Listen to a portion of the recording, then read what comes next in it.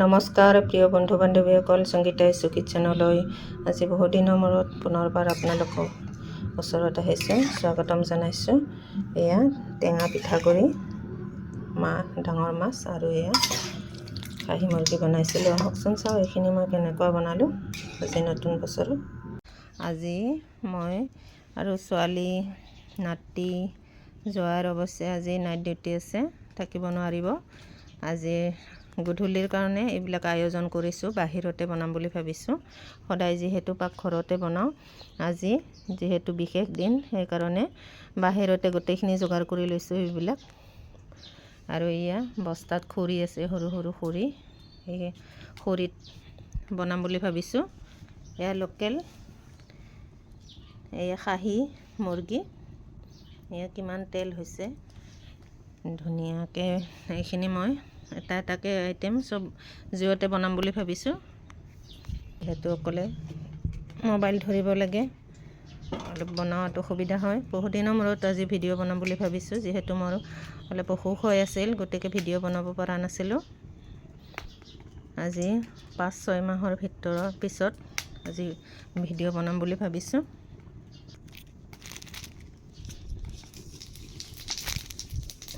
জিৰা তেজপাত দিলোঁ। এইবাৰ পিঁয়াজকেইটা ভাজি ল'ম ভালদৰে। এয়া পিঁয়াজখিনি সিজি গৈছে। এইবাৰ ইয়াতে আদা ৰচুনৰ পেষ্ট দি দিছোঁ।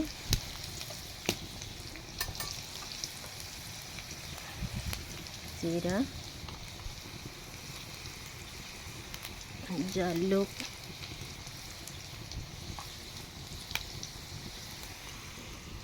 জলকীয়া পাউডাৰ আৰু হালধি গোটেইখিনি দি দিলে এইখিনি মই ভালদৰে ভাজি ল'ম।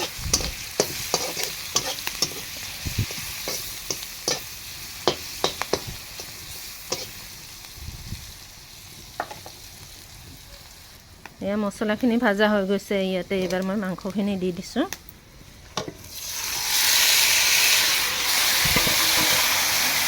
মাংস দি ধুনীয়াকৈ লৰাই লৈছোঁ। এইবাৰ জোখমতে নিমখ দি দিছোঁ।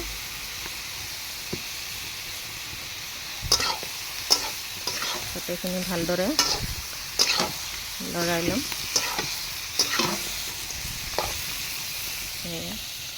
মই থালিৰ ওপৰতে বহাই দিছোঁ। থালিখন এফালে ঠাৰি ছিঙিছে, সেইকাৰণে ইয়াতে মই জুইখিনি পাতি দিছোঁ।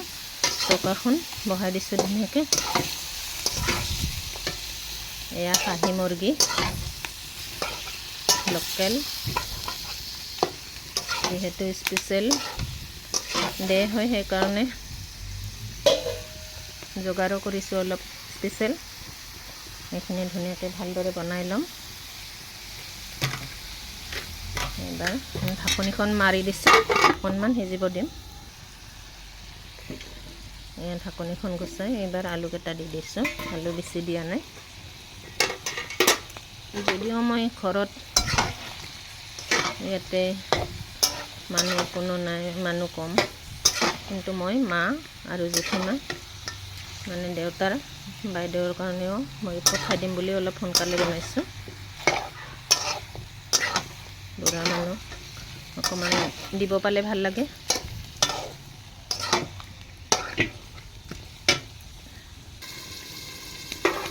ঢাকনিখন গুচাই চাইছোঁ, এয়া মাংস প্ৰায় মোৰ সিজিয়ে গৈছে। এইবাৰ ইয়াতে মই বিলাহী দিম। বিলাহী দুটা কাটি লৈছিলোঁ। এইখিনি ভালদৰে লৰাই আকৌ ঢাকন মাৰি দিব লাগিব। এয়া নতুন বছৰত মোৰ জেঠীমা বুলিয়ে কওঁ, মোৰ দেউতাৰ বাইদেউ, ডাঙৰ বাইদেউ, বয়স হৈছে যিহেতু আহিব নোৱাৰে। আৰু মোৰ মাৰ কাৰণে একেলগে নতুন বছৰৰ কাৰণে এইখিনি মই বনাই মোৰ ছোৱালীজনীক দিব পঠাম, সেইকাৰণে অলপ সোনকালে বনাইছোঁ। ঢাকন মাৰি দিছোঁ। আৰু এয়া এইখিনি ৰৌ মাছ, 1.5 কিলো ৰৌ মাছ লোকেল মাছ গাঁৱৰ পৰা কিনি আনিছিলে ছোৱালীজনী। সেইখিনি মই নিমখ হালধি সানি ফ্ৰাই কৰি ল'ম। ফ্ৰাই কৰি এইখিনি অৱশ্যে মই টেঙা পিঠাগুড়ি বনাম। এয়া এফালে মই মাছ ফ্ৰাই কৰিম আৰু এইফালে টেঙা পিঠাগুড়ি বনাব লাগিব। সেইকাৰণে দুটা চৌলাতে বহাই দিছোঁ। যিহেতু সোনকালে মই বনাই পঠাই দিব লাগিব, গতিকে ইয়াতে মই গেছত আধা বনাব আহিছোঁ। এয়া মাছ ফ্ৰাই কৰিছোঁ। এয়া মোৰ খাহী মুৰ্গী হৈ গৈছে, পানী নিদিয়াকৈ ধুনীয়াকৈ তেলৰ লগতে, মুৰ্গীৰ তেলখিনিৰ লগতে ধুনীয়াকৈ সিজি গৈছে। এয়া লাষ্টত গৰম মছলা অকণমান দিলোঁ, সেইখিনি অৱশ্যে দেখুওৱা নহ'ল। এয়া ধনিয়া পাত দিলোঁ আৰু মোৰ মাংসখিনি ভাজি ধুনীয়াকৈ হৈ গ'ল। এয়া মোৰ খাহী মুৰ্গীখিনি হৈ গ'ল। ইয়াতে মই পানী নিদিয়াকৈ ধুনীয়াকৈ সিজাই ল'লোঁ মাংসখিনি। মুৰ্গীৰ তেলৰ লগতে অৱশ্যে সিজি গৈছে, যিহেতু খাহী মুৰ্গী বহুত তেল থাকে। ধুনীয়া হৈছে কালাৰটো। এয়া এইফালে মাছ ফ্ৰাই কৰা হৈছে মোৰ। এয়া পানী উতল আহিছে। এইফালে টেঙা পিঠাগুড়ি বনাম। এয়া আজি পিঠাগুড়িখিনি মই এনেকুৱা দিলোঁ, যিহেতু জল্দি জল্দি লগা হৈছে। পানী দি গুড়াখিনি পিচি ল'ব লগা হ'ল।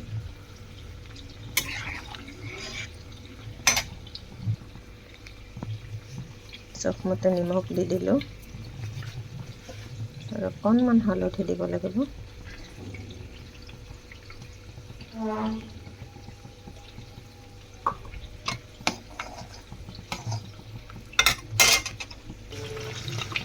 এয়া মাছখিনি মই এয়া টেঙা পিঠাগুড়িত দি দিছোঁ। সেইখিনি ভালদৰে উতলাই হ'ব লাগিব। যিমান কেইজন মানুহ সেইমতে মই ইয়াতে মাছ কেইপিচ দি ল'ম।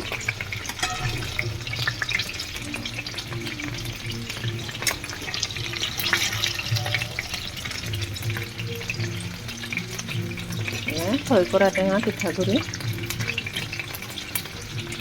এইখিনি উতল আহিলে হৈ যাব। এয়া মোৰ টেঙা পিঠাগুড়ি হৈ গ'ল ধুনীয়াকৈ। এনেকুৱা অলপ গোটা হ'ব লাগে, তেতিয়া তৰকাৰীখন খাই ভাল লাগে। এয়া কমপ্লিট মোৰ হৈ গ'ল। ইয়াত ধনিয়া পাত লাষ্টত ছটিয়াই দিলোঁ আৰু বহুত আইটেম আছে, মই এইখিনি আজি দেখাই লৈছোঁ।